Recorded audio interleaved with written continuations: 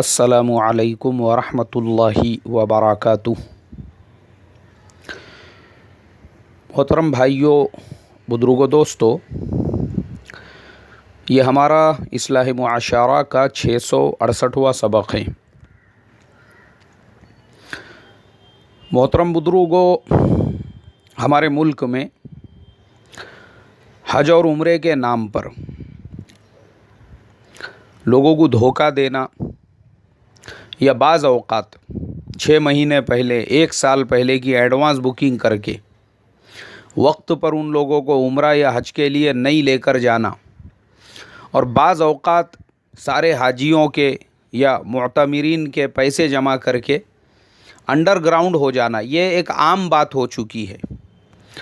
میں ابھی صبح میں فجر کے بعد میں ایک نیوز پیپر ایشیا ایکسپریس پڑھتے بیٹھا تھا۔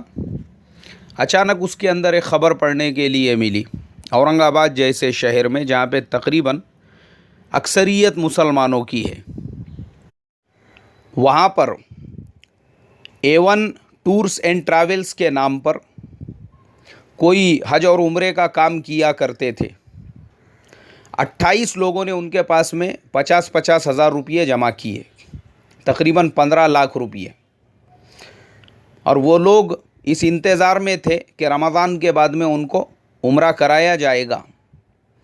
وعدے کے مطابق 17 تاریخ کو ان لوگوں کو لگژری میں بٹھا کر بامبے لے جایا گیا۔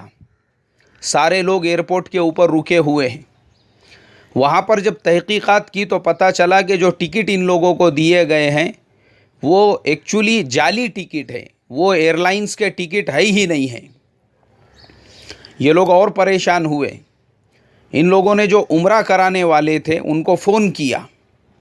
فون کرنے پر پتہ چلا کہ وہ صاحب جو ہے وہ ان سے کہہ رہے ہیں، ارے بولے بھائی جو ویزا والا ہے مجھے اس کے 1,60,000 روپیے دینا باقی ہے، اور جب تک میں اس کے پیسے نہیں دیتا ہوں اس وقت تک تم لوگوں کو ویزا نہیں مل سکتا۔ اب یہ جو 28 لوگ تھے ان لوگوں نے واپس سے اور اپنے ایک دوسرے سے پیسے جمع کیے، اور جمع کرنے کے بعد وہ جو تھا جس نے ویزا دینے کا وعدہ کیا تھا اس سے بات چیت کی۔ وہ ایئرپورٹ پر آیا اور ان سے 1,60,000 روپیے اس نے وصول کیے۔ پھر یہ لوگ انتظار میں رہے کہ شاید اب پاسپورٹ ملیں گے، جب پاسپورٹ ملیں گے، لیکن ایک وقت گزرنے کے بعد پتہ چلا کہ وہ جس نے 1,60,000 روپیے لیے تھے وہ بھی ان کو ٹھگ کر جا چکا ہے۔